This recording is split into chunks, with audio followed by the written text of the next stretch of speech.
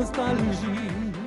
Bonjour, bon réveil et merci d'être là, mesdames, messieurs. Donc, bon début de matinée en notre compagnie en ce 21 octobre, où la sensibilisation se poursuit en faveur des femmes. Et oui, nous aussi, en tant que télévision, nous continuons justement de participer à cet effort grâce à nos programmes, grâce également aux invités qui viennent témoigner de leurs expériences diverses. Aujourd'hui, nous aurons le plaisir d'en parler à travers l'expérience d'une leader d'opinion qui vraiment agit de fort belle manière du côté de Aïn Defla. Elle viendra témoigner sur ce plateau sur ses efforts de sensibilisation et de prévention. Oui, car c'est de ça qu'il s'agira ce matin essentiellement avec le docteur Fatiha Hammouten. Elle est endocrino et diabétologue. Et puis aujourd'hui, nous continuerons de parler de santé quelque part à travers la présence d'invités, des sportifs en l'occurrence, des champions dans une discipline assez particulière. Il s'agit du canoë-kayak. Ils ont brillé dernièrement à Jijel lors d'une compétition nationale. Ils ont vraiment l'intention de venir témoigner ici même armés de leurs trophées, de leurs médailles. Et on va voir un petit peu le plaisir des athlètes et de leurs coachs qui les accompagnent et qui représentent le club Jack, voilà, pour justement les disciplines d'aviron et de canoë-kayak. Aujourd'hui, bien sûr, comme d'accoutumé, nous sommes jeudi, donc nous aurons le plaisir de retrouver notre psychologue, Aïda Machiri, qui viendra nous parler un petit peu de l'importance du jeu chez l'enfant. Et puis, nous n'oublierons pas aussi la rubrique littéraire menée de fort belle manière par le journaliste et auteur ainsi qu'artiste peintre Jawdet Gessouma, qui met en valeur aujourd'hui l'ouvrage En panne de Clepsydre de Walid Bissa. Donc le détail, ce sera tout à l'heure avec lui. Et puis également, nous aurons le plaisir de mettre en relief l'expérience ô combien particulière d'un groupe de personnes qui ont lancé une nouvelle start-up qui est basée sur l'élaboration d'un produit très particulier à base d'algues. Et oui, les algues sont très importantes pour la santé. Voilà, c'est un produit bio de substitution dont on connaîtra les secrets tout à l'heure avec nos invités. Restez avec nous, mesdames, messieurs. C'est Bonjour d'Algérie qui démarre tout de suite avec un point météo d'Amel Laribi.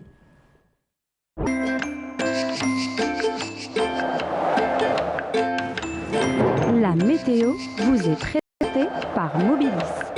Mobilis, أينما كنتم. Bonjour Amel. Bonjour Nadia. Ça va? Ça va, merci. Bien réveillé ce matin? Oui, ça va, ça peut aller. Très bien, le soleil continue de Oui, nous mais pas pour accompagner. Pas Ouais. pour longtemps. Il y aura un petit Ne, changement. ne me dites pas demain. Le soir, oui. Oh mon Dieu. Demain soir. Demain, il y a une compétition en plein air Oui, mais du côté l'après-midi, de Bab-el-Oued. l'après-midi, il n'y a rien. Non, mais c'est tout le matin. C'est à 7h30 du matin. Oui, mais il n'y aura rien le matin. Ah, Non, d'accord. non, non, c'est Ah, le soir très que bien. tout se passe. En pleine nuit, c'est bon, ça m'arrange. Inch'Allah. Parce que vraiment, ce serait dommage pour nos athlètes qui participent cette fois-ci au premier Non. championnat national de triathlon. Non, non, demain la journée, il fera beau. Hein. Mais Excellent. par contre, le soir, ça va changer. Excellent. Alors, Voilà. que nous disent les cartes aujourd'hui? Eh bien, bonjour à tous et bon réveil. Eh bien, comme la carte le montre si bien, on aura un ciel bien ensoleillé d'ouest en est. Par contre, vers la moitié sud, eh bien, on aura un temps plutôt nuageux avec des pluies qui prendront un caractère d'averse orageuse vers le Sahara oriental et le Tassili. Mais ces pluies seront localement assez marquées durant cette matinée sur le Sahara oriental, partiellement voilé sur les oasis. Ailleurs, le soleil sera bel et bien présent, avec toutefois des soulèvements de sable cette fois-ci vers les oasis, le Sahara oriental et le Sahara central. Les températures, quant à elles, eh bien, sont plutôt agréables pour la saison, avec un maximum de 30 degrés à Albeït, également à Tiaret, Tizi Ouzou, 29 à Alger, 28 à Annaba, 26 degrés à Oran, 23 à Albeïr de Djelfa, 25 à Batna, 27 à Constantine. Au sud, eh bien, on relèvera 26 du côté de Béchar, Biskra, 28 à Gardaya, 24 à Tamanrasset, 32 à Dar es Salaah, également à Tindouf, en passant par les 41 degrés cette fois-ci à Ain Ghazam. Voilà, on termine ce bulletin avec l'éphéméride. Pour aujourd'hui, eh bien, le soleil se couchera vers 18h03. Et pour plus d'informations, bien sûr, vous avez les sites de Météo Algérie. Donc en attendant l'arrivée des pluies, passez une excellente matinée.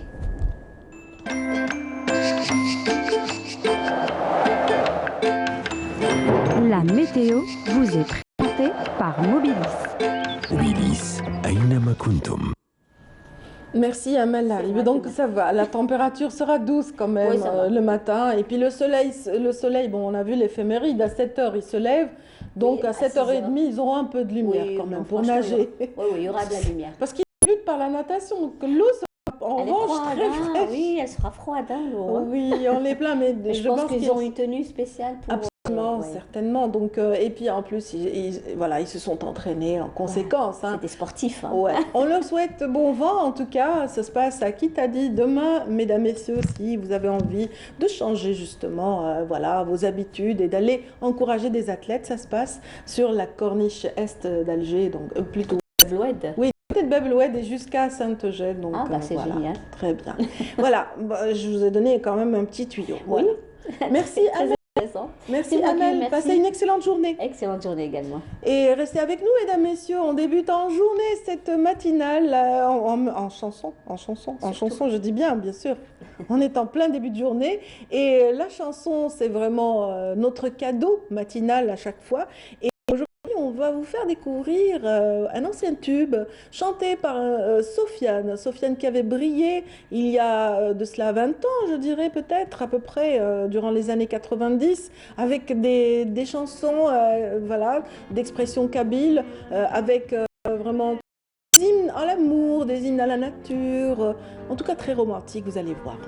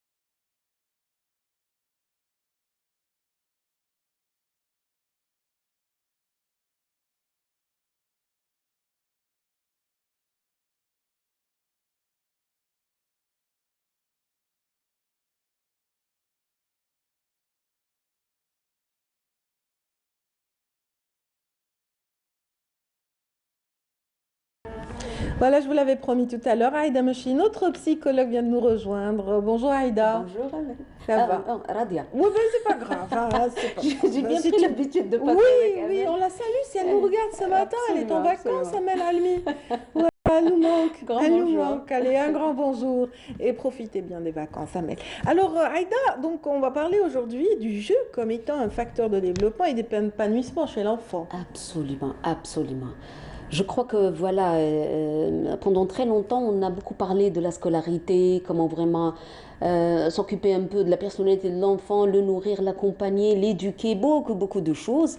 Et on n'a pas vu de près quelque chose qui est très utile, je dirais primordial. Oui. Et ça a été reconnu dans les sciences, dans le partage, dans l'histoire des peuples aussi, dans les différentes sociétés, que le jeu, la liberté de jeu donne un épanouissement, nourrit l'individu de l'intérieur et probablement, je pourrais même dire que c'est l'empreinte de l'adulte. Donc c'est quelque chose qui peut nous permettre de se projeter, d'avoir cette relation, la confiance en soi, comment vraiment sortir de l'imaginaire infantile vers un monde réel, tout en apprivoisant un tout petit peu les aléas et de vivre ses relations, ses objets, la découverte, beaucoup de choses.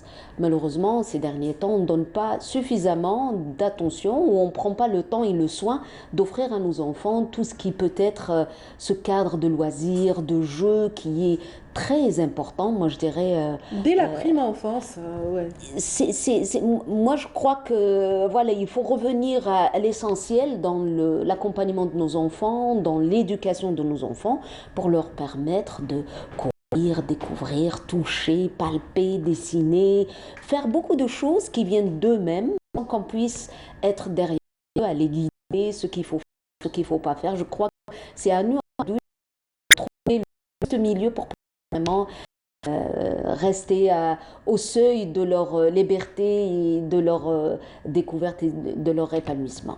Et puis même il y a aussi des jeux, voilà, aussi passer par le ludique pour l'apprentissage. Ce sont des outils pédagogiques aussi. Ça reste, voilà, quand on est aux abécédaires, justement, quand on est au début de l'apprentissage des langues ou du calcul, etc. Le jeu peut être un bon facteur. Absolument, mais je dirais plus que ça. C'est un outil intournable. On ne peut pas éviter quelque chose qui est plutôt dans le vif de nos pratiques, dans nos transmissions. Voilà.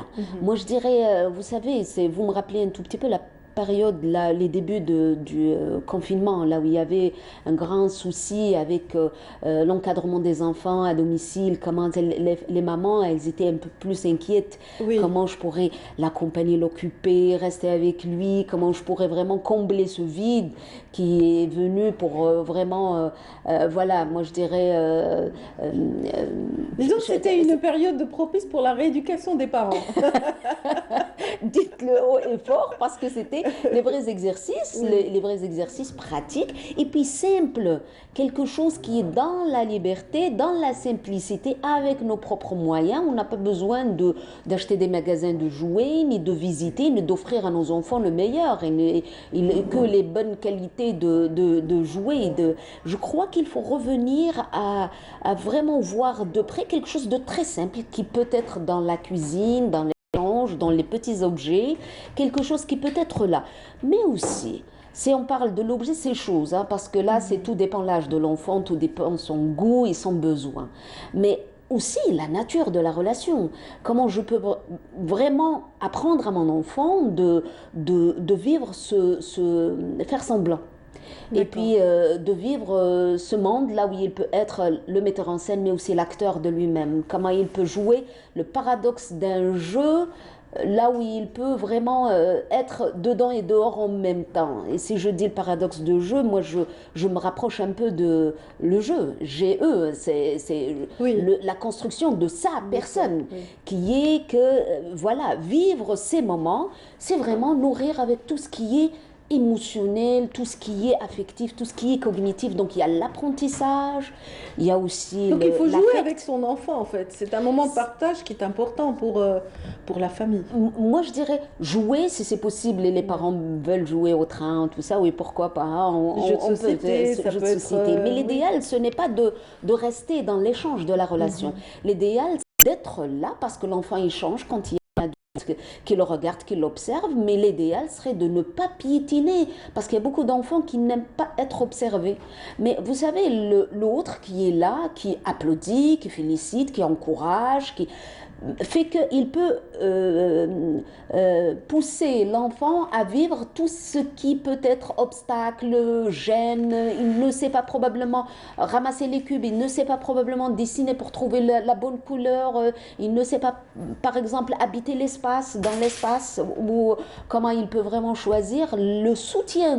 Cet adulte qui est là, pas forcément les parents, mais vous savez, les éducateurs, mais aussi les grands-parents, et c'est les personnes ressources et les proches, peuvent donner cette force qui va lui permettre de dire oui, j'existe, je suis là, et puis il y a l'échec, il y a un mauvais perdant, Oui, je peux et perdre, puis je peux gagner, voilà, je peux- gagner, voilà, voilà. Et ça, c'est la richesse des émotions. C'est là où il faut vraiment vivre les choses dans la richesse, tristesse, amour, bonheur, inquiétude, anxiété. Il y a beaucoup de choses comme ça que la couleur infantile dans le jeu donne le timbre de l'adulte demain qui a appris à gérer ça. Il sait comment utiliser ça dans l'échange et la relation avec Et qu'en est-il, Aïda Mechri, des jeux électroniques? C'est Ah vrai oui. que les enfants ont tendance à, quelque part, vivre dans un monde à part grâce aux outils électroniques Moi, je actuellement. dirais comme ça, rapidement, c'est impressionnant. C'est la couleur qui saute, c'est les objets qui sont là, faciles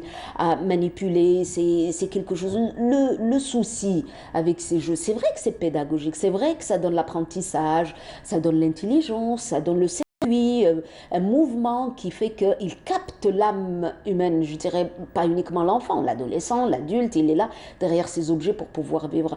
Le seul souci, c'est qu'il n'y a pas de stop, il n'y a pas un arrêt là où il y a saturation, il y a pas, on ne peut pas sentir, le jeu ne peut pas comprendre l'autre. Donc il est là à déclencher, à applaudir, ça s'arrête jamais. Et puis voilà, l'individu, il ne sait pas quand est-ce est saturé, quand est-ce qu'il doit arrêter et quand est-ce que c'est bon. Mais l'autre, ce n'est pas le monde réel, palpable avec les propres compétences. Ceci dit, que si je travaille avec un enfant où le jeu, je commence à palper l'espace, je commence à goûter, à palper une pomme, à palper un objet qui est mou, qui est rigide, qui est dur, qui est dans le virtuel, c'est on clique à un écran. Ça glisse comme un doigt, mais on n'a pas la sensation pour pouvoir vraiment nourrir dans la totalité. Les écrans captent et puis ça prenne dans un monde virtuel, là où ils ne donnent pas la vraie relation humaine. Oui. J'allais y venir. Dora, Est-ce que ça ne perturbe pas la communication mère-fille, père-enfant, je veux dire. Ça perturbe une parents dynamique et réelle, enfants. ça perturbe un monde dans lequel on peut découvrir le chaud et le froid, dans l'émotionnel, le goût, dans l'échange, dans le partage. Le virtuel, ben, vous savez, il est tellement impressionnant qu'il nous impressionne comme ça d'emblée, comme ça dans le jeu, mais les écrans, c'est très dangereux. Il faut limiter en dessous de 3 ans. Je crois que voilà, les textes, les études, les professionnels le disent merveilleusement bien. Il faut protéger nos enfants de tout ce qui peut nuire à leur santé physique, à leur émotionnel, à leur échange. Non, je crois qu'il faut vraiment encourager l'enfant à vivre, à manipuler. Vous savez, le jeu, c'est une motricité fine. C'est vraiment, quand on écrit, quand on dessine, on utilise nos doigts, on utilise nos émotions, on choisit la couleur, la forme, On est créatif. voilà. On développe Donc, la créativité, effectivement. voilà, c'est ça qui donne la simplicité, la magie, les formes qui sont extraordinaires pour un enfant. Et pour l'autonomie découvrir. aussi. Voilà. L'autonomie. Je crois voilà. qu'il ne faut pas priver nos enfants de ces premiers pas d'apprentissage qui sont très, très, très importants. Moi, je dirais un outil essentiel pour pouvoir nourrir sa personne qui rentre dans les textes de loi. C'est un droit aussi, Aïda Mechri. Absolument. C'est un droit de l'enfant. Absolument, le droit au jeu et au loisir. Si ma mémoire est bonne, c'est l'article numéro 31 dans D'accord, on est dans les 30, la CDR, trentaine, voilà, d'accord. 31, dans le droit de la Convention internationale des droits de l'enfant, là où il faut vraiment se tenir. On n'a pas le droit de priver nos enfants de quelque chose qui pourra leur donner l'épanouissement qu'il faut. Mais voilà, vous savez, avec nos outils, avec ce qu'on a comme moyens, et je crois qu'on a baigné dans un cycle de vie là où il y avait plus de nature, un peu plus de liberté. Il y avait des jeux dans la rue, la marelle, il y avait beaucoup d'échanges. Là où on pouvait vraiment vivre dans l'échange à l'école, quelque chose qui nous nourrissait comme enfant. Et aujourd'hui, si on a la nostalgie de pouvoir revenir à cette forêt, à ces espaces verts, à ces jardins, à ces jeux, à cet échange, c'est justement parce que on a baigné dans quelque chose qui a nourri un tout petit peu notre enfant. Et il faut encourager les parents, même si c'est difficile, fatigant, même si c'est compliqué avec les aléas de la vie, tout ça, à leur offrir ce qui va avec leur développement, ça devient une nécessité, une Et obligation. fort heureusement, nos cités s'équipent de plus en plus d'espaces voilà, pour les enfants, et chose qui ne se faisait pas avant. Donc Ouais. actuellement, je pense qu'il y a une prise de conscience par rapport à ce besoin. Il y a eu des constructions qui prouvent à quel point voilà, les autorités locales Oui, donnent de l'importance maintenant à l'espace dédié l'espace aux vert. mères et Oui, aux enfants, aux oui. parents des Moi, je enfants. Oui. suis impressionnée par les ateliers de dessin avec les artistes qui ont construit des ateliers chez eux Oui. dans leur Chez eux, voilà. galerie, Oui. voilà, pour pouvoir inviter les enfants à justement à découvrir les travaux manuels, les maisons de jeunes, voilà, et c'est les associations qui travaillent énormément avec la petite enfance, l'accompagnement, tout ça. Il y a beaucoup de ça, les sorties, les loisirs. J'ai rencontré pas mal, étant donné que je travaille avec l'enfant, vous savez, je rencontre des Oui. professionnels qui s'intéressent à ça, et ça s'arrête jamais. Il faut vraiment aller avec le rythme au devant d'une scène pour leur offrir ce qui peut permettre à ces adultes, ces parents, ces éducateurs, ces enseignants de pouvoir vraiment trouver le théâtre, le jeu de rôle, les activités là où l'enfant Oui. peut vraiment se projeter dans l'échange, la relation avec l'autre, et puis les espaces, les activités sportives, moi je dirais Il y a un côté ludique dans le sport, effectivement. absolument, Hein. absolument, qu'il faut vraiment palper, accompagner, investir un tout petit peu parce que voilà, il suffit pas juste de nourrir le corps, il faut nourrir l'âme avec tout ce qui peut leur donner un bon avenir. C'est toute cette énergie, et Dieu sait que les enfants maintenant débordent d'énergie. Absolument, Donc absolument. offrez-leur la possibilité justement de se dépenser. Absolument, Voilà. absolument. Aïda, donc on arrive au terme de cette séquence. Voilà comment clore. Un petit mot dernier Moi, je peut-être. dirais que c'est très important. C'est un outil incontournable. C'est offrir à ses parents la possibilité de pouvoir habiter les espaces, mais aussi vous pouvez consulter. Il y a des sites qui offrent le jeu, l'espace de jeu, qui donnent un tout petit peu la possibilité de pouvoir choisir l'objet et puis lire les notices. On ne peut pas offrir un objet qui dépasse un peu l'âge de l'enfant. On ne peut pas lui Respecter offrir l'âge, oui. respecter l'âge et puis ce n'est pas lui offrir le même objet qui va lui donner les mêmes tâches, probablement variées pour vraiment lui donner la richesse de découvrir, de palper, de nourrir un peu son affect, de nourrir l'imaginaire, de pouvoir construire dans la construction. Ces petits objets, ils nous demandent, nous, adultes, de pouvoir vraiment s'arrêter, choisir pour pouvoir l'offrir à l'autre, à nos enfants, aux petits. Mais sans ça, on va rater quelque chose qui est très important dans le développement de l'enfant. Merci infiniment pour cet éclairage, Aïda Merci Mechli. à On vous. retrouvera jeudi prochain, n'est-ce Inch'Allah, pas? Inch'Allah. D'ici là, passez un bon week-end. Merci. Allez, profitez aussi pour jouer ce week-end avec vos propres enfants. Très Pourquoi bien. pas. Allez, à très vite, Inch'Allah. Merci. Restez avec nous, mesdames, messieurs. Donc, à présent, nous allons parler de la nourriture, l'esprit, avec la rubrique littéraire qui arrive tout de suite, grâce à Jawdet Gessouma qui est en coulisses et qui va nous rejoindre tout de suite.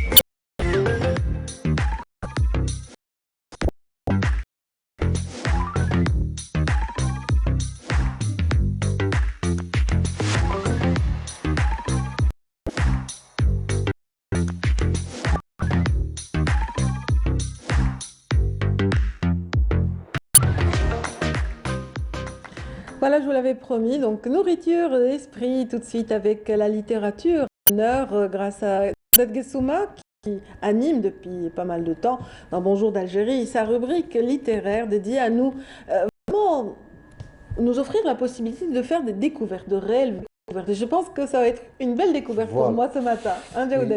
aujourd'hui, on va aller un peu à la découverte Oui. de la clepsydre. Vous savez, c'est quoi un clepsydre? Non. Donc, voilà, c'est pas Qu'est-ce que grave, la je le savais. clepsydre? Je ne le savais pas, ça fait quelque temps. En tout cas, c'est quelque chose qui tombe en panne. Voilà, justement.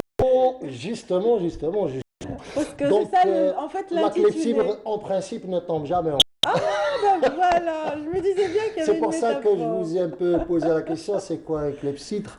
Même si je sais qu'au fond, c'est Non, je ne sais pas, je ne mens pas. c'est la première assure. montre du monde.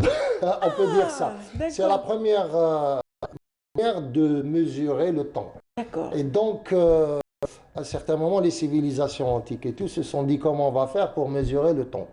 Donc, ils avaient pris un élément qui existait déjà, qui est l'eau. D'accord. Et donc, ils en ont fait un élément, deux vases communicants bien. d'ailleurs. Et l'eau tombe à une certaine vitesse.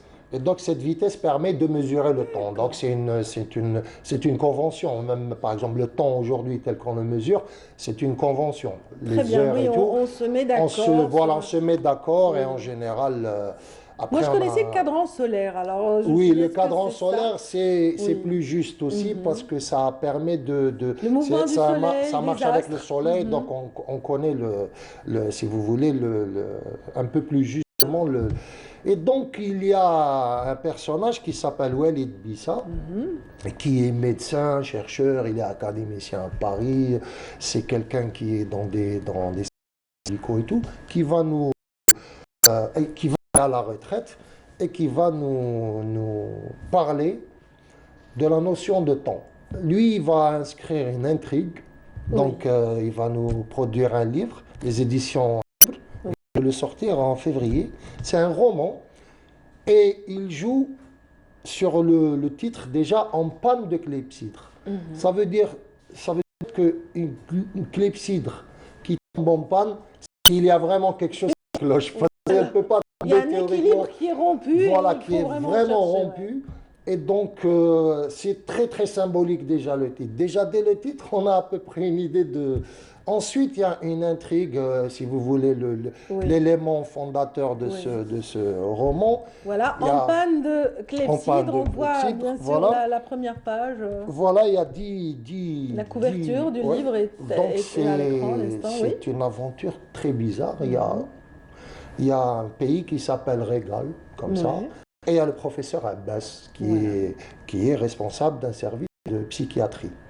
Donc, chez lui, comme ça, il se repose. Et il reçoit un appel du service qui lui dit, voilà, il y a une dizaine de personnes qui sont venues en urgence dans ce service.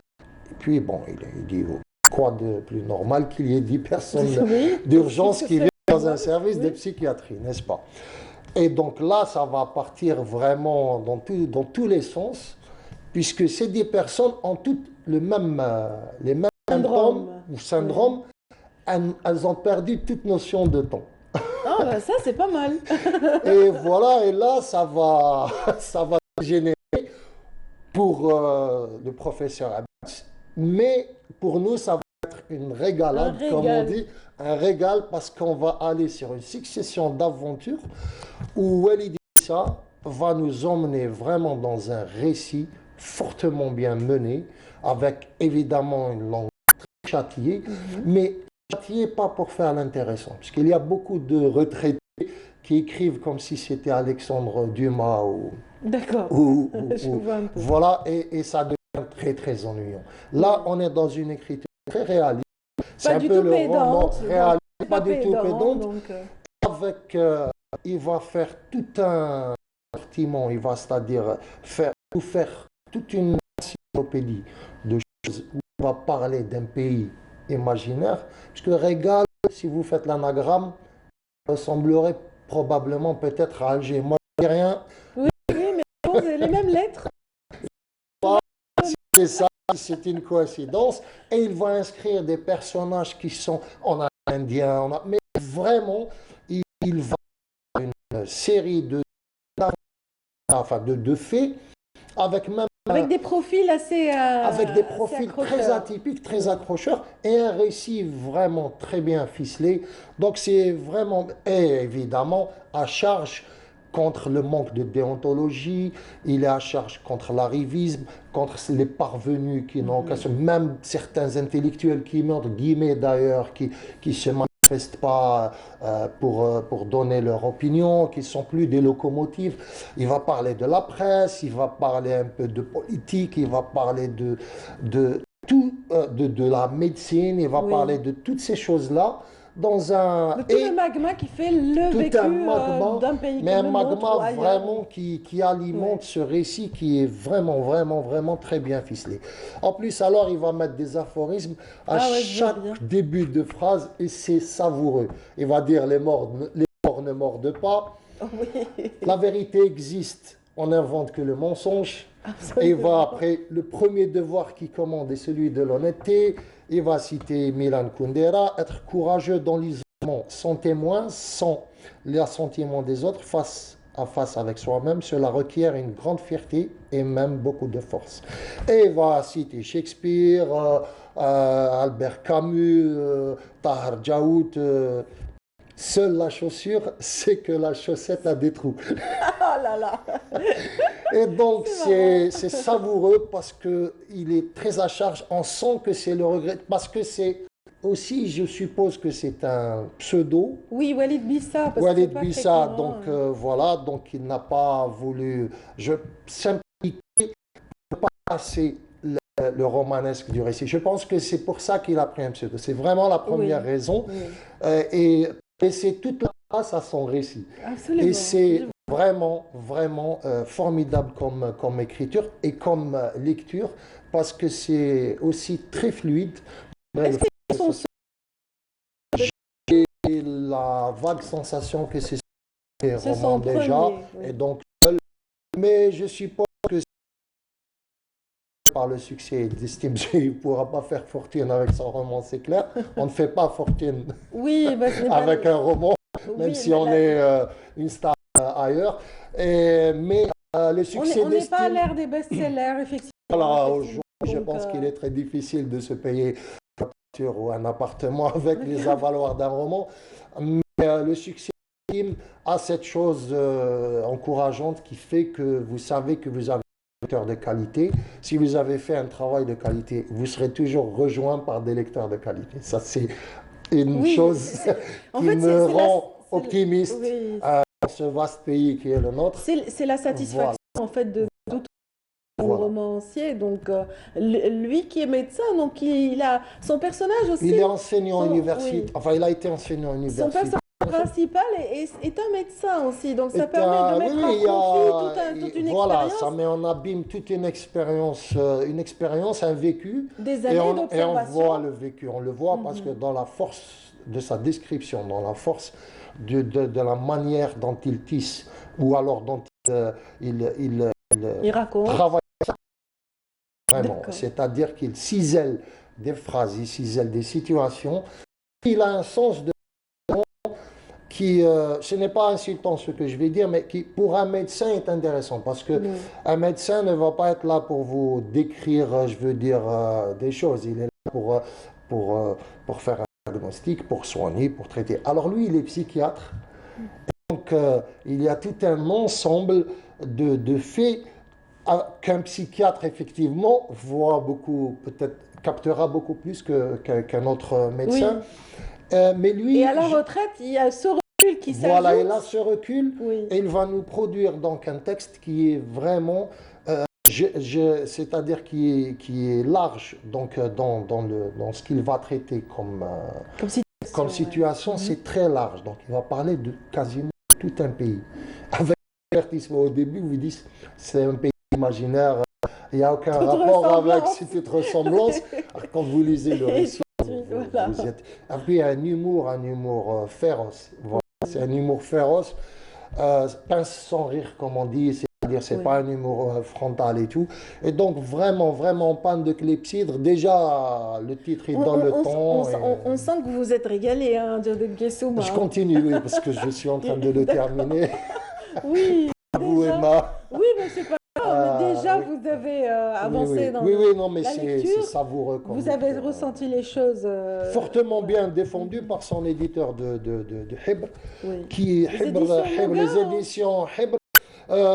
Non, c'est imprimé. Donc la qualité d'impression, effectivement, elle Ouais. est excellente puisque c'est chez Moga Avida qui est une institution dans l'impression. l'impression, parce que vous avez des choix de papier, vous avez des choix de reliure et tout qui sont formidables. Mais Hibr choisit des auteurs vraiment, parce que là c'est un auteur qui est choisi, hein, c'est pas une édition comme Mohamed Dieb et tout. Donc là, Hibr est vraiment un éditeur qui est surprenant par la qualité de ses De ces éditions. trouvailles. De Voilà, ces parce qu'en trouvailles, je fait- ne sais pas comment ils font. Là, oui, Mais on très va... originaux, très puissants, très Oui. pertinents dans leurs propos et dans leur écriture. Absolument. Donc, un livre à découvrir. Voilà, donc Walid en Bissa, en panne. panne de clepsydre, c'est un roman paru aux éditions Hibr. C'est tout chaud, puis c'est paru en février. Et donc d'une lecture vraiment très agréable à conseiller en toute urgence. Vivement, vivement, voilà, c'est vrai. Et puis, très belle voilà, couverture avec vraiment énigmatique à l'image justement À l'image de ce qui se passe. de ce qui vraiment se passe. Voilà. à l'intérieur. On passe de l'éclaircie vers, voilà, vers le sombre, comme ça, progressivement. C'est voilà, un bon choix, je trouve. Un Oui, très bon choix. pas mal, ouais. Merci beaucoup, Merci à Jawdet vous. Guessouma. On attendra avec impatience la prochaine découverte littéraire avec vous. Voilà. Donc, ce sera jeudi prochain. Inch'Allah. On rappelle, est-ce que votre exposition se poursuit? Ça se C'est la fin? termine aujourd'hui. C'est Voilà. la fin. Voilà. Oh La mon fin Dieu, des mais haricots. la journée est longue, hein. Voilà. Pour ceux qui souhaiteraient donc découvrir les œuvres de Jawdet Guessouma, ben, c'est à la galerie Ezouart, c'est du côté donc d'Alger Est. Et voilà, dernier jour. Il y sera probablement pour vous répondre et pour Voilà. permettre de partager avec lui des moments comme ça savoureux en rapport avec les arts plastiques. Donc, je vous remercie, mesdames, messieurs, de nous suivre. C'est Bonjour d'Algérie qui se poursuit. Excellente journée, Jawdet. Merci à vous aussi. à tout le Voilà. monde. Donc, c'est notre matinale qui se poursuit après ceci, mesdames, messieurs.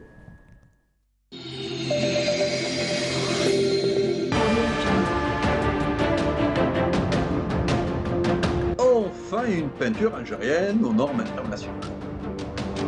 Tous vos besoins en peinture intérieure, peinture métal, préparation de support ou peinture extérieure, choisissez Coral Peinture. Coral Peinture, c'est l'IMA. C'est l'IMA à faire.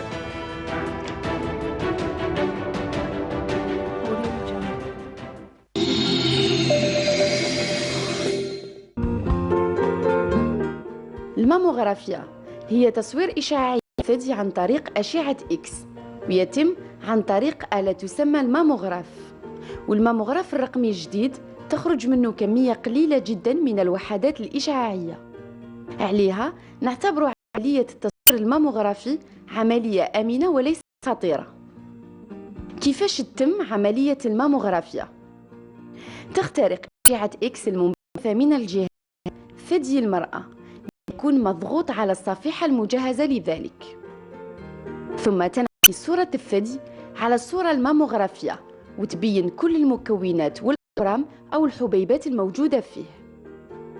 من خصائص الأورام ما قبل السرطانية أنها تقدر تحتوي على كميات كبيرة من الكالسيوم وتكون متجمعة قريبة من بعضها البعض، وتبان على الصورة بشكل تكلسات صغيرة غير متجانسة وغير منتظمة ومتجمعة حول بعضها البعض. أما إذا كانت هذه التكلسات كبيرة الحجم ودائرية ومتجانسة ومنظمة فهي تكون عادة من النوع الحميد أي غير سرطاني. القرار يعود للطبيب المختص في الأشعة. ينصح بالماموغرافيا عند المرأة ابتداء من السن 40 حيث تقل غدد الثدي وتزيد نسبة الشحوم فيه، فيصبح بإمكان اختراق الثدي بسهولة أكبر وتكون الصورة أوضح. أما بالنسبة للنساء صغريات السن فينصح بالقيام بالصورة الصوتية أو الإيكوغرافيا إن لزم الأمر، حيث يكون الثدي أكثر كثافة. والماموغرافيا يوصى بها في إطار التشخيص المبكر عند المرأة ابتداء من السن 40 لتعاد دوريا كل سنتين. Et voilà, il y a différentes façons de lutter contre le cancer du sein. Durant ce mois d'octobre, déjà parlé de diverses manières, mais aujourd'hui, davantage découvrir l'expérience d'un leader d'opinion. C'est madame, ou plutôt le docteur Fatiha Hamouten, qui est présente avec la qualité de diabétique endocrinologue, et bien sûr son expérience est précieuse pour mesdames, vous allez voir. Bienvenue. Merci beaucoup, honorée d'être invitée par vous. On est vraiment très content de vous recevoir. Surtout que voilà, vous allez parler d'un aspect qui est souvent occupé dans les efforts de sensibilisation. On parle de la manière de dépister, on parle de la manière de soigner, mais souvent on ne dit pas qu'on peut vraiment prévenir cette maladie. Alors vous pensez tout le contraire, effectivement. Oui, absolument. Et puis c'est les études, je viens toujours avec mon bagage. Je parlerai de ces 20 dernières années, d'ailleurs même plus loin, les années 50, ils ont commencé à voir qu'il y avait une différence entre les patientes qui avaient des cancers du sein et que les patientes qui avaient de l'activité physique, quelle que soit son activité physique, mais on verra plus loin que c'était dose dépendant, plus on augmentait l'activité physique, était une arme en prévention primaire, c'est-à-dire que le fait de faire de l'activité physique, alors ça a été déclaré par le Fonds mondial de recherche contre le cancer en 2009, que l'activité physique régulière, menée régulièrement chez la femme, enfin, toute population environnante prévenait de 2 cancers, le cancer du côlon et le cancer du sein. Qu'est-ce qu'elle apporte 2009. Qu'est-ce qu'elle apporte justement aux patients éventuels voilà. Alors j'expliquerai d'abord comment l'obésité, le diabète, les populations en risque. Il y a des populations en risque dans le cancer hormonodépendant.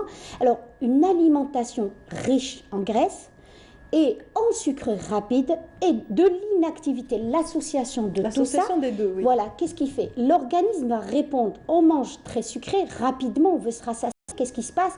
Notre pancréas répond en donnant de l'insuline, c'est bon. Mais à certains moments, trop de sucre, il va y avoir de la graisse. Et la graisse va donner un mauvais message au pancréas comme quoi l'insuline n'est pas comprise, le message n'est pas compris. Donc le pancréas va se mettre à donner trop d'insuline. Donc de l'insuline résistance, on aura beaucoup d'insuline. L'insuline est anabolisante, elle va stocker de la graisse. À partir d'un certain moment, quand on stocke trop de graisse, surtout au niveau donc tissu graisseux et surtout au niveau du foie, on parle d'obésité abdominale. Pas se tromper, on peut avoir un gros ventre et c'est de la graisse sous-cutanée. Oui. Différence. Oui. Pour toute tour de taille, c'est différent. La graisse sous-cutanée, c'est pas elle la dangereuse. La graisse intra-abdominale. Donc alors qu'est-ce qui va dans le foie, voilà. Va dans les organes. Donc qu'est-ce qui se passe au niveau de la graisse? La première des choses, quand on a une petite quantité, il nous faut une petite quantité de graisse parce qu'on a une hormone. Vous savez que la graisse maintenant est reconnue comme un organe, comme une hormone, plutôt comme une pompe d'hormones.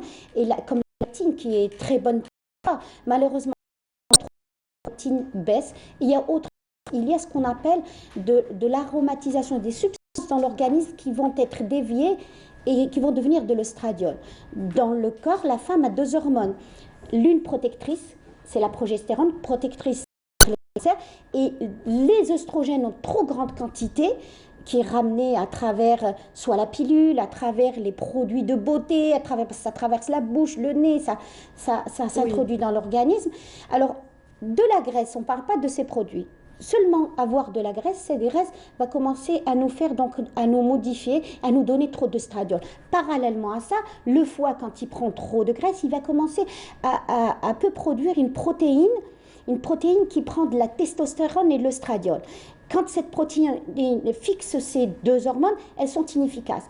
Donc, pas de transporteur, les hormones vont être libérées. Il va y avoir de l'imprégnation hormonale sur le sein. Toute imprégnation hormonale, trop d'imprégnation hormonale sur le sein, c'est cancérigène. Il y a aussi, le foie produit autre chose, les IGF-1. en quantité suffisante. À partir du moment où on a de la graisse dans le foie va commencer à produire beaucoup d'IGF-1.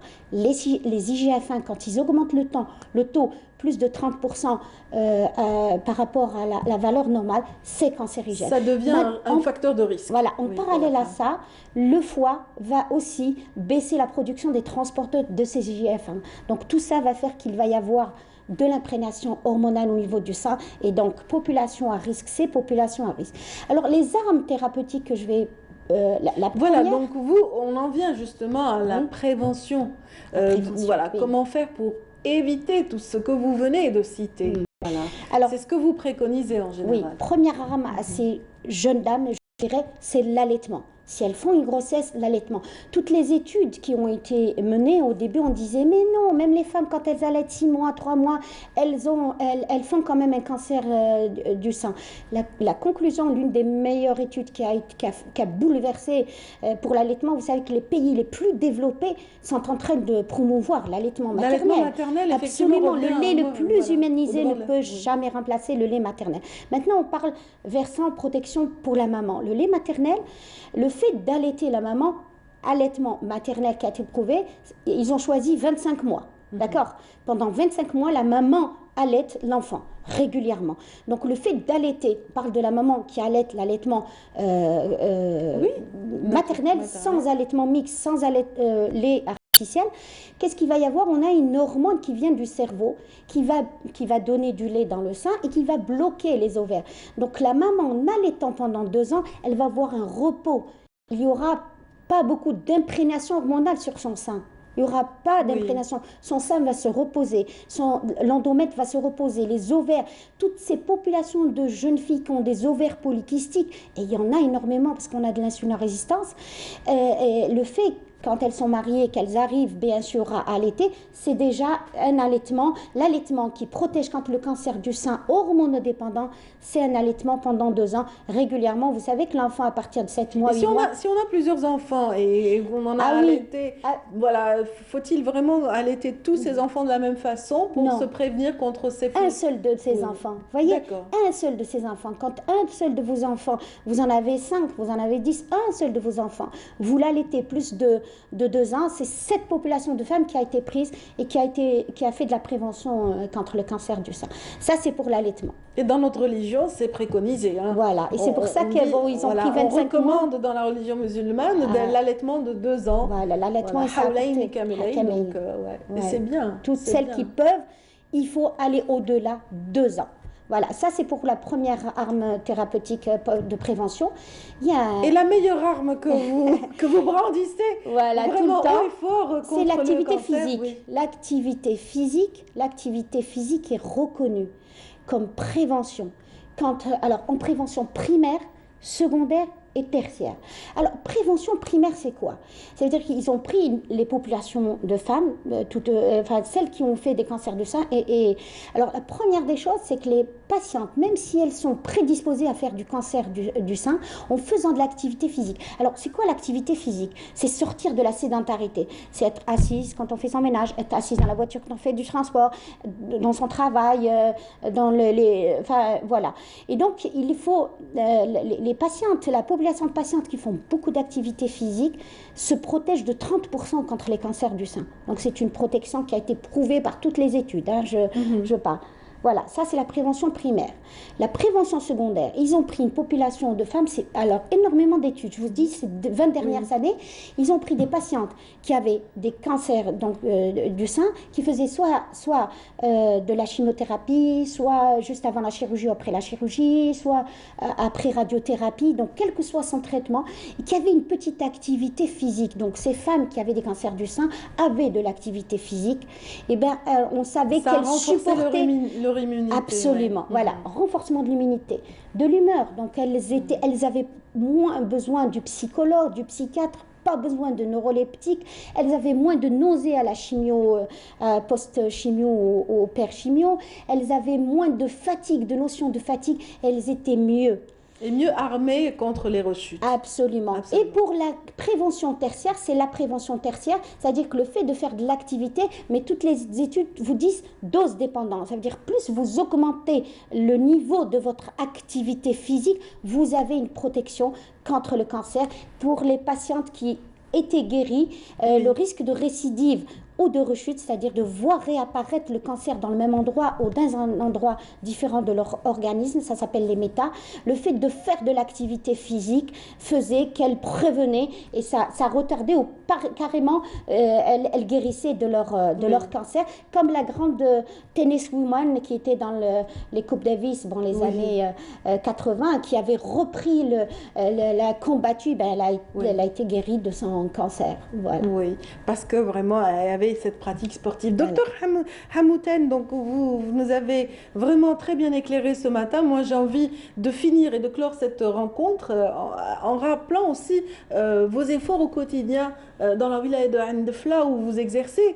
Donc vous êtes un bout en train, je disais que vous êtes un leader d'opinion, donc à travers les radios, à travers des activités, à travers des marathons fitness que vous organisez ou auxquels vous prenez part avec vos patientes, vous avez réussi à convaincre et à influencer, à contaminer toute une ville.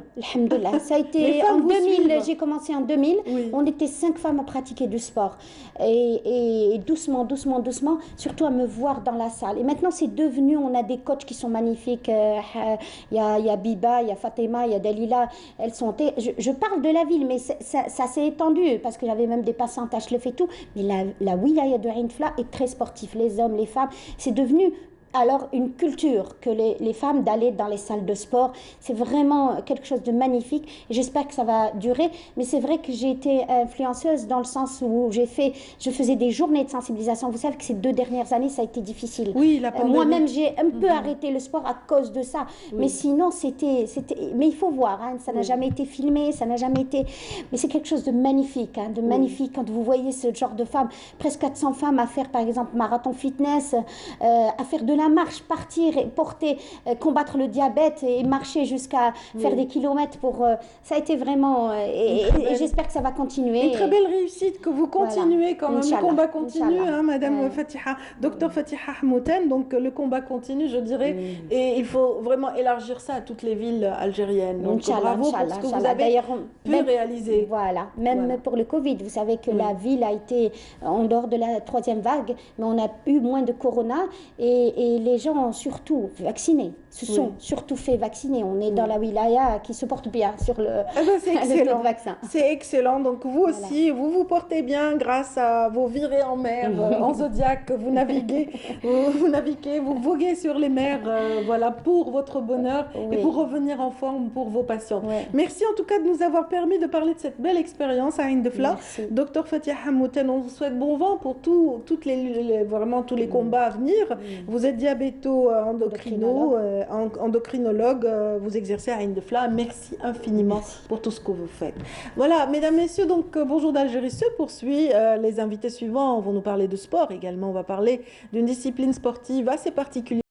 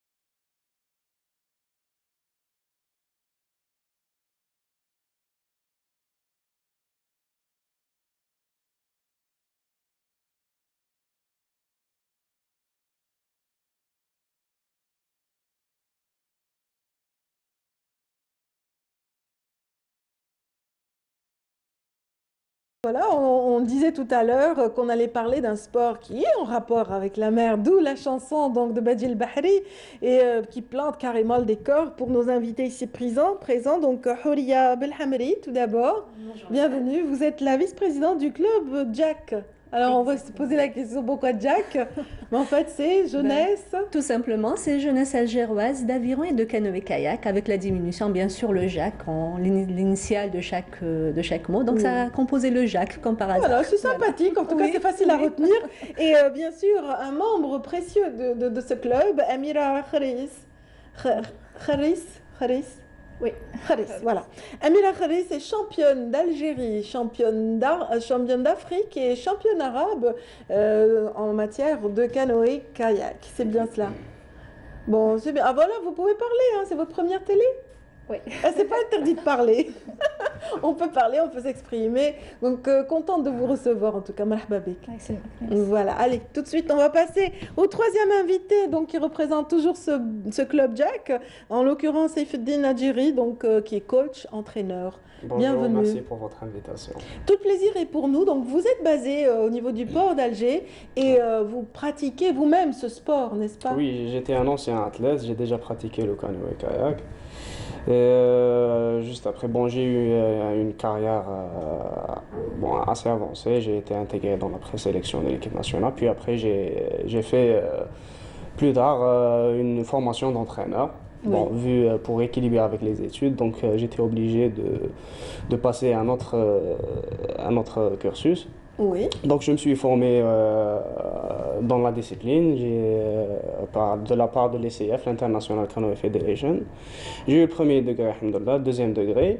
Et on a entamé le travail avec la nouvelle génération, avec Amira, avec les autres bien sûr. Alhamdoulilah, on a pu... Vous êtes ce qu'on appelle un bon sélectionneur et pour preuve, vous avez été classé premier, donc en tête des clubs, de beaucoup de clubs sportifs, n'est-ce pas? Exactement. Bon, je vais corriger. Nous sommes en fait vice-champions d'Algérie. Oui. Et je voudrais juste rajouter un petit quelque chose donc, par rapport au palmarès de Amira, qui est peut-être assez timide et ne parle pas. Mais Amira est la première athlète algérienne à être qualifiée aux Jeux Olympiques de Tokyo, donc qui viennent de se dérouler. Donc voilà, ça, elle ne l'a pas dit, je crois, par timidité. C'est excellent. Donc voilà, donc cette consécration, disons, au championnat d'Algérie, bon, c'est pas notre première consécration. Nous avons déjà été champions d'Algérie en 2019. Oui. Nous avons été vice-champions en 2018. Et c'est la continuité d'un long travail, de longs sacrifices, notamment du staff dirigeant, du staff technique et des athlètes, que nous remercions d'ailleurs par le passage. Et voilà, donc moi je dis que c'est avec beaucoup de travail, beaucoup de rigueur, que nous avons pu obtenir très bons résultats, très honorifiques pour nous, pour notre club. Oui. Nous sommes un tout petit club qui a été créé en 2008 par d'anciens athlètes. Et voilà, durant tout ce parcours, en très peu d'années, nous avons Vous-même, vous avez rejoint donc ce petit noyau de club. On faisait partie d'un ancien club et nous avons, disons, pour créer qu'il y ait plus de concurrence au niveau d'Alger, donc nous étions dans l'obligation de créer d'autres clubs. Parmi les clubs qui ont été créés, il y a le JAC. Oui. Et voilà, nous avons quand même un parcours très honorifique, que ce soit dans la discipline d'aviron ou de canoë-kayak. Très bien. Donc, vous avez eu voilà, une bonne moisson, on dira, une bonne moisson à Djidjel. Vous êtes revenu voilà, vainqueur à plus d'un titre. Racontez-moi l'expérience la plus récente. Donc, c'était du côté de Djidjel, c'est ça? Oui, exactement. C'est au niveau de la Wilaya 2000. Donc, au barrage de la compétition, ou bien le championnat national, s'est déroulé dans le barrage de Bni Haran. Et c'est le meilleur plan d'eau pour cette discipline. Il est très grand, ce barrage. Il a une grande superficie. Même le plan d'eau, il est magnifique pour cette discipline. C'est le plan d'eau idéal. Oui. Parce que d'ailleurs, nous, on pratique le canoë-kayak au niveau du port d'Alger. Et vu que c'est un port, donc il y a beaucoup de navettes. Donc les athlètes, ils ont beaucoup de contraintes, c'est-à-dire au niveau d'équipe. Parce que c'est une discipline, dont on doit utiliser des bateaux difficiles pour maintenir déjà l'équilibre. Et pour performer de point de vue technique, c'est pas évident. Oui. Donc l'athlète, il doit avoir un plan d'eau. On rame, mais après on surveille à droite, à gauche. En revanche, si c'est dégagé, c'est beau. C'est pas facile. Et de point de vue technique, c'est pas évident de développer une très bonne base technique. Oui. Mais quand même, avec les moyens qu'on a, on a pu faire sortir des champions. Oui, Donc, en parlant justement de champions, Amira, comment vous avez découvert cette discipline? C'était quand et à quel moment? Qui vous a donné l'envie de pratiquer l'aviron ou alors canoë-kayak? Bon, أنا كنت avant كنت ندير l'athlétisme. Ah, d'accord. Après, mes deux sœurs كانوا pratiquaient l'aviron. Très bien. ومن بعد شغل بسبتهم اللي دخلت سيت الكاياك من تما كليت C'est pas mal l'aviron, ça fait travailler tout le corps, un peu comme l'athlétisme. Donc on fait appel aux bras, on fait appel aux jambes. Donc كنتي تخدمي باليدين بالرجلين donc non انا درت الكاياك ما درتش الافيرون. ما درتيش l'aviron mais مع الاول مع خالتك. خواتاتي كانوا يديروا الافيرون. D'accord. On va directement kayak. Oui. Alors شكون؟ Donc ماشي هما. شكون؟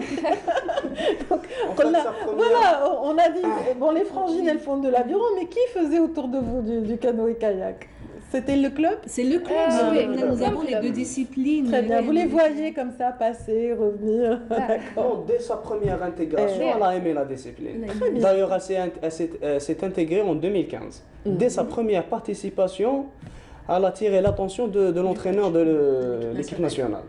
Donc elle a intégré directement dans un championnat officiel, bien sûr. Oui. Championnat d'Algérie, elle a eu sa première place dès sa première course. Donc elle est première déjà au classement en 2015, elle venait d'intégrer la discipline et du coup ça lui a donné peut-être l'envie de continuer. من تما حبيتي تكبلي حبيتي ديري مكتب. Très bien, très bien. Et qui était votre coach? C'était le Safou? Non. Sifou. Voilà, c'est le petit nom du coach, donc Sifo, c'est Feddin Nadjiri. Non, c'était pas lui au départ, Sifo est venu après.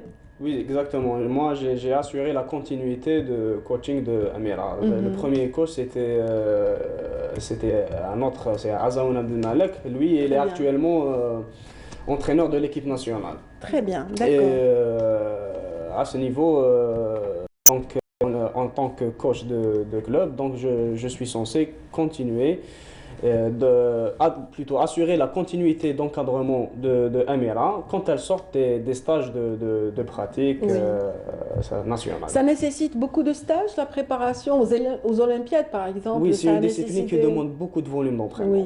Oui. On arrive même à faire 3 séances par jour. D'accord.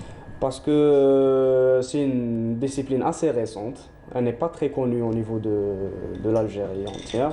Donc on essaie de développer cette discipline au fur et à mesure avec l'ancienne génération bien sûr de leur performer et faire baisser leur temps parce que c'est une discipline qui est contre la montre. Donc on a il y a un chronomètre, des distances, le 200, le 500 pour les filles c'est 500 mètres, pour les garçons c'est 1000 mètres.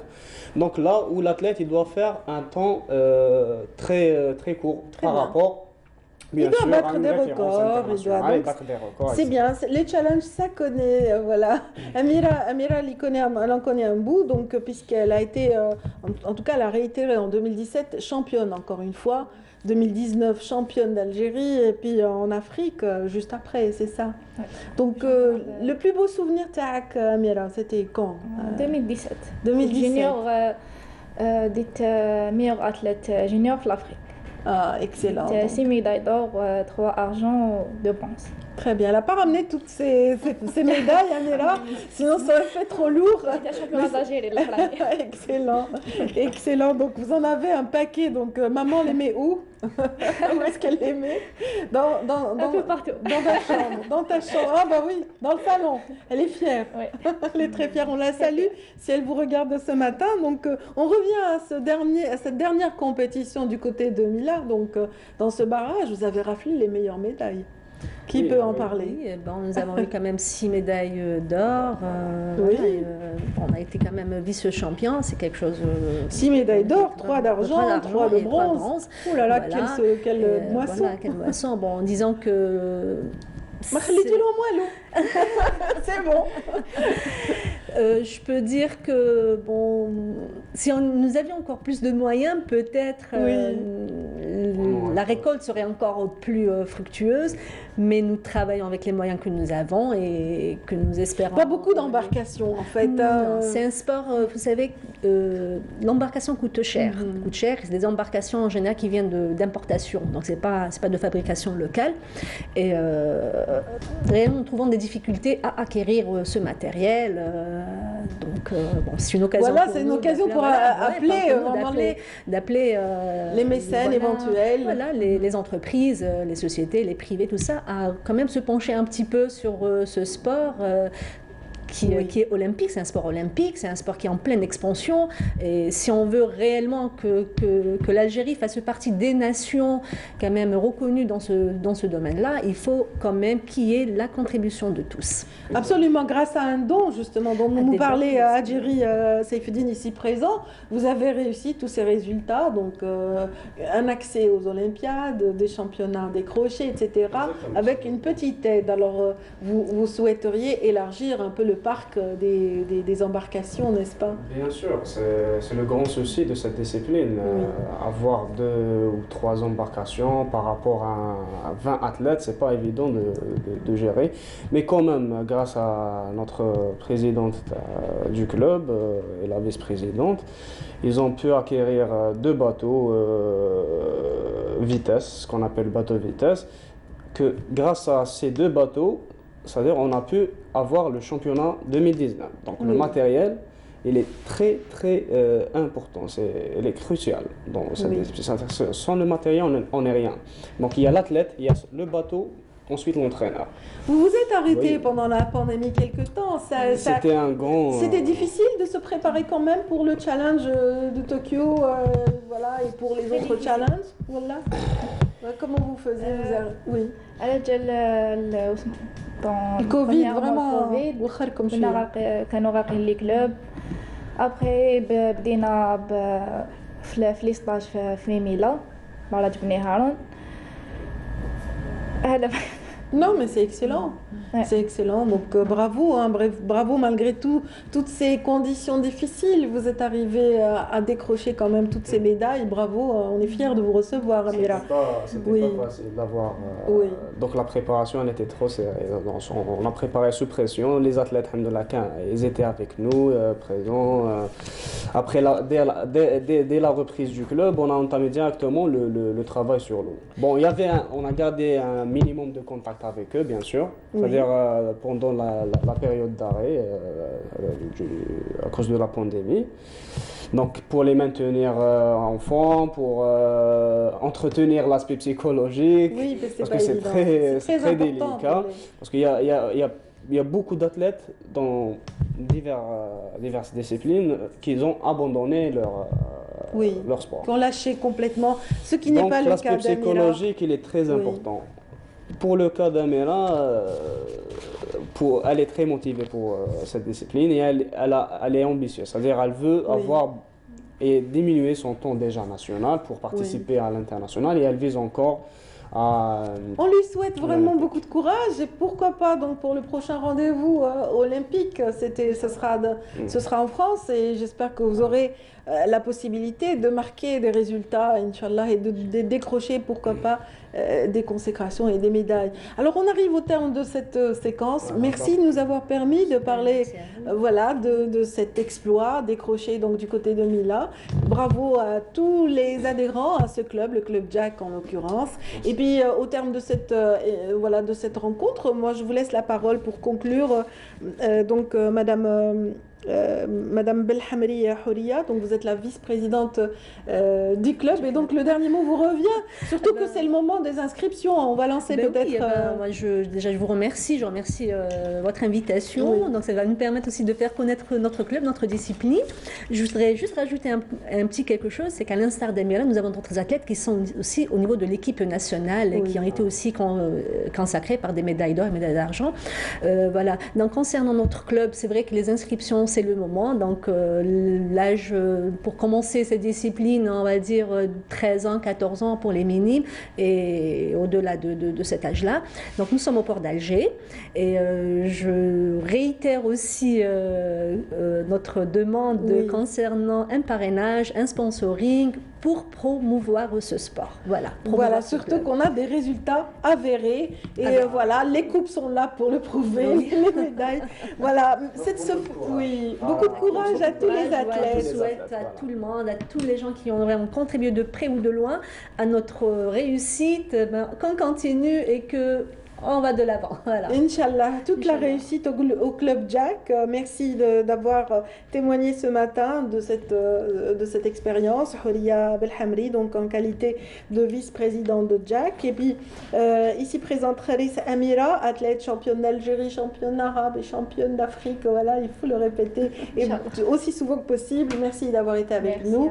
Je rappelle que c'est pour la discipline canoë-kayak qui est vraiment très développé ici chez nous grâce au coach, entre autres, Seyfeddine Adjiri ici présent. Merci de nous avoir honorés ce matin. Et nous allons parler aussi de d'autres découvertes et d'une équipe tout aussi dynamique. Cette fois-ci, c'est une start-up qu'on mettra en valeur tout de suite. Ils ont vraiment innové en matière d'aquaculture, en matière aussi d'algues, de micro-algues. On va voir tout de suite les secrets.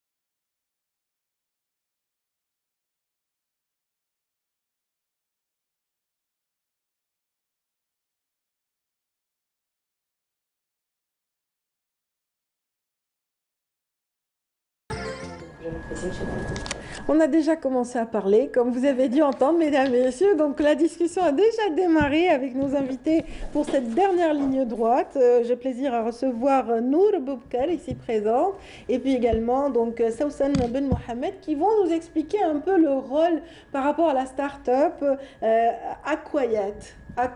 Donc c'est de ça qu'il s'agira tout de suite, mesdames et messieurs. Donc qui commence, mesdames ? Alors Je vais commencer. Allez-y, lancez-vous Sawsan. Donc, je suis Sawsan Ben Mohamed, cofondatrice de la start-up Aquayat, qui est active dans le domaine de l'aquaculture et de l'algoculture. Donc, concrètement, ce qu'on fait, on fait la production de spiruline, on fabrique des pâtes à base de spiruline. Donc, la spiruline, c'est une microalgue très riche nutritionnellement, donc avec vraiment un apport protéique assez élevé, protéines, minéraux. Donc c'est vraiment riche. Donc c'est un produit naturel, c'est un produit bio, voilà. Donc avec une très haute valeur nutritionnelle. Et on a un volet qui est l'aquaculture. On transforme le poisson d'eau douce, vu qu'on est basé à Béchar. Oui. Donc on transforme le poisson d'eau douce car il est vraiment disponible et il a aussi une valeur nutritionnelle élevée.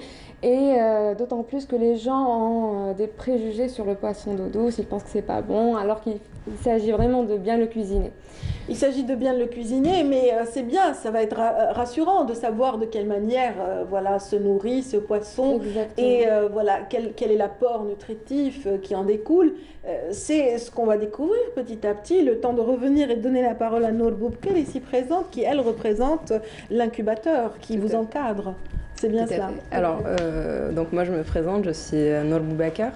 Alors, je suis chef de projet marketing au sein de Branco, ingénierie consulting et son incubateur Tech2Hub. Donc, je me charge un peu des projets incubés au sein de l'incubateur, dont le projet Aquayat. Donc, nous, on est un incubateur labellisé par la commission de labellisation du ministère délégué aux startups à l'économie de la connaissance. Et on propose différents programmes d'accompagnement aux startups, donc que ce soit pour des étudiants, pour des chercheurs, ou pour des startups.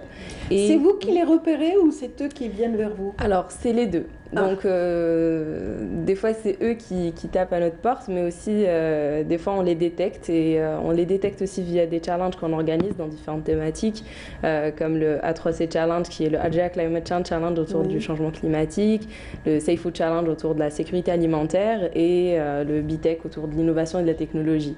Donc, chaque challenge a des caractéristiques précises. Donc, on essaye de détecter les potentiels porteurs de projets via ces challenges, que ce soit des chercheurs, que ce soit des doctorants, que ce soit des étudiants, des start-upers, etc. Donc voilà. Et qu'en est-il d'Aquayat? Alors, Aquayat, c'est une start-up qui a commencé toute petite. qui a toqué à la porte ou qui a été repérée? Alors, qui a été repérée. Voilà, qui a été repérée. D'ailleurs, c'est les premiers lauréats du Safe Food Challenge de cette année. Très bien. Et c'est une start-up qu'on a vu évoluer, comme j'ai dit, qui était tout petite et qu'aujourd'hui est devenue un peu plus mature par rapport à ce qu'elle était. Et on a aussi différents projets. On a, d'ailleurs, je voulais préciser, on a une dizaine de projets à accompagner. On a 8 projets, dont des femmes, dont l'équipe de Sawsan, qui sont deux jeunes filles, Roa aussi. Et on a aussi différentes startups comme voilà. On vient de voir défiler une vidéo qui permet de communiquer autour de cette startup. C'est vous qui inculquez ces notions justement de communication à ces nouvelles startups?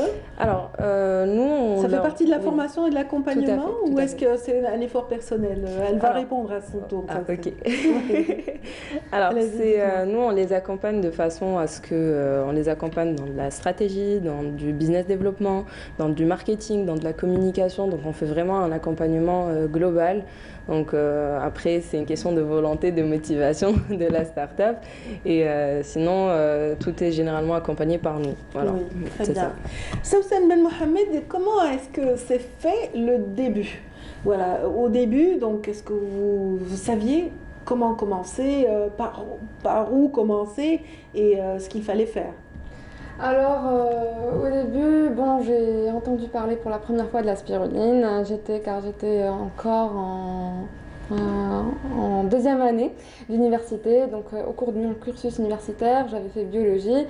Et du coup, ça m'a intriguée. J'ai commencé à faire des recherches et puis j'ai décidé, pourquoi pas, je me suis dit faire une idée de projet, l'utiliser comme idée de projet. Après, j'ai eu le plaisir de rencontrer ma cofondatrice, Roa Adel, dans le cadre d'une formation en entrepreneuriat à Béchar. C'était dans la maison d'entrepreneuriat de l'université de Béchar et là, on a formé l'équipe. On a aussi participé à des challenges, donc l'Algérie Startup Challenge, le BITEC organisé par Branco. On a aussi eu l'occasion et le plaisir d'être les lauréates du Safe Food Challenge. Donc on avait le premier prix, Ready for Invest.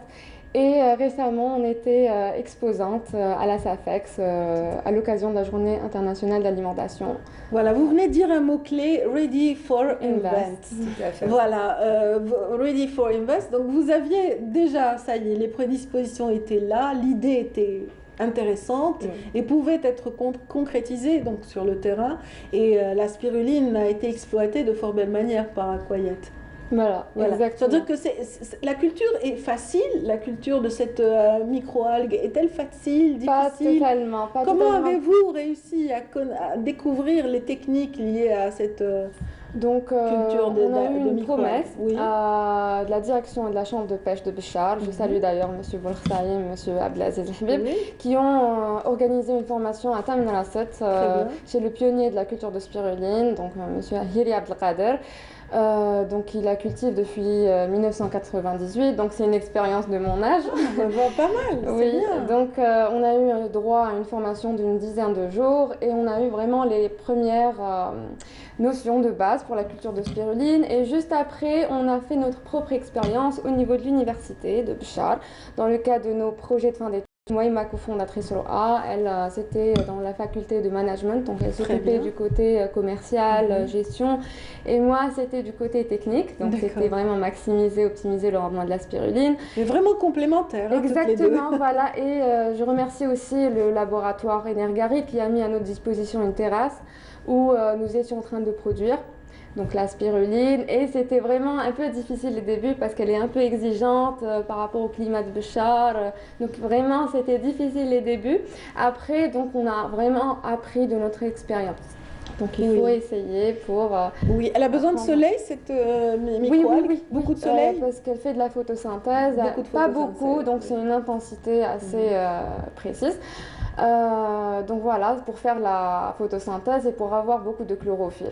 D'accord, très bien. Donc c'est vraiment très précis, avec un contrôle régulier de pH, température et tout ce qui s'ensuit. On est dans le micro-organisme, donc qui est transformé par la suite sous forme de pâtes et d'autres produits que vous proposez. Donc allez-y, qu'est-ce qu'on a là?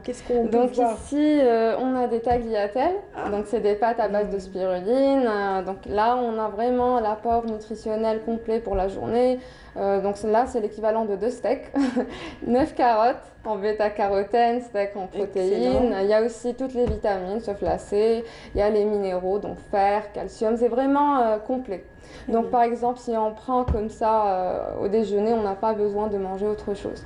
Excellent, donc c'est vraiment très nutritif. C'est ça l'objectif d'Aquayat. Voilà, et c'est destiné au grand public ou à une corporation en particulier? C'est bien pour les sportifs, non? Oui, c'est bien. Donc c'est destiné au grand public et précisément c'est pour les petites bourses. Parce qu'en fait, notre objectif c'est quoi? C'est de manger sain, bon et pas cher. D'accord, on a même un couscous là, je crois. Oui, c'est du couscous à base de spiruline. Un peu vert, c'est pas très commun, quoique bon, il existe des couscous comme ça à base de plantes. Là, c'est vraiment de la microalgue, c'est savoureux? Oui, c'est bon. très bon. Vous avez goûté? Allez, parlez-nous-en, Norbouk. Moi, j'ai goûté il n'y a pas très longtemps d'ailleurs, je l'ai mangé pur, enfin j'ai goûté un peu, et ça a un peu le goût des, on va dire, noix de cajou, noisettes à peu près. Ça a un goût particulier, oui. Ça doit être très bon même. Voilà, donc c'est destiné aux personnes déficientes aussi, donc, qui ont besoin les anémiques, oui, tout à fait. Donc c'est bon pour les diabétiques aussi, ça régule le diabète, aussi le cholestérol, c'est bon aussi pour les allergies. Donc c'est plein de choses. Et ça renforce l'immunité. Exactement, et surtout en cette période. Je fais leur pub. Je fais la pub Aquayat. D'ailleurs, ils sont à la recherche de... Oui, allez-y, donc c'est le moment de faire l'appel parce qu'on arrive à la fin de la séquence. Des artisans de pâtes. Très bien. Que ça soit des pâtes quoi, pour justement si on trouve des artisans ou autres, ils pourraient d'une certaine façon collaborer avec eux et produire des pâtes à base de spiruline. Parce que d'un côté, leur spécialité c'est plus spiruline façon d'eau douce. aussi les pâtes, donc ça rentre dans leur stratégie. Mais aussi, en ce moment, on est en plein benchmarking de producteurs de pâtes, d'artisans de pâtes qui pourraient être les bienvenus, pourquoi pas, pour essayer de collaborer et trouver pour participer à au développement de cette start-up ô combien intéressante. Exactement. Donc Aquayat, qui propose tout un panel justement de produits très intéressants. On vous souhaite vraiment de trouver et mécènes et partenaires donc pour ce projet. Voilà, c'est le moment de dire au revoir. Ouais. Au revoir. Au revoir. Merci pour l'invitation.